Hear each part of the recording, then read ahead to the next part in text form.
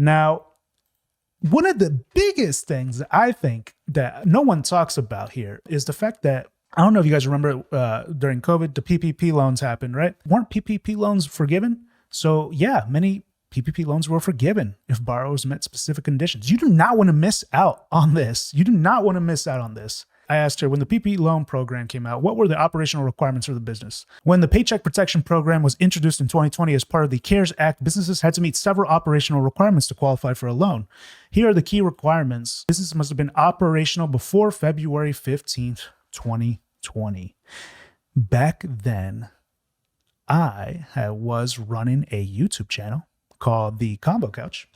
And we had gotten pretty big. We were making money, but it was coming in through someone's sole proprietorship. There was no bank account. There was no business bank account. There was no EIN. There was no whatever.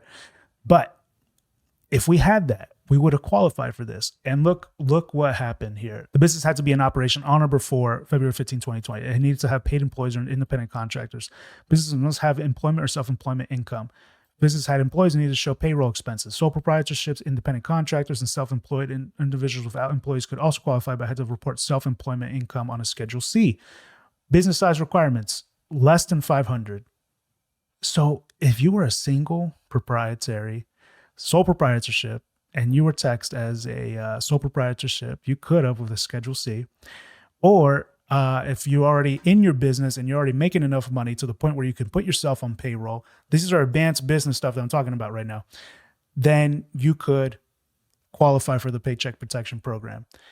Business had to certify economic need, no fraud, use of funds for eligible expenses. You know, you heard about the fraud, you heard about everything else. And the payroll costs, at least 60% of the loan had to be used for payroll, which is fine. Rent, interest, utilities, certain operational expenses is added in later PPP rounds. We didn't qualify back then when we were running this show. Here's the show, by the way. We are the Combo Couch. We were independent media. This is what I used to do. My first real business, legitimate business. I incorporated this business, made the EIN, got everything.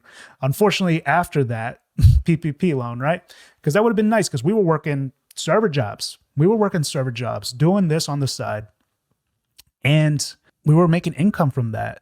And then COVID happened. And then we were able to go full time with this. And that turned into a very lucrative channel for a while.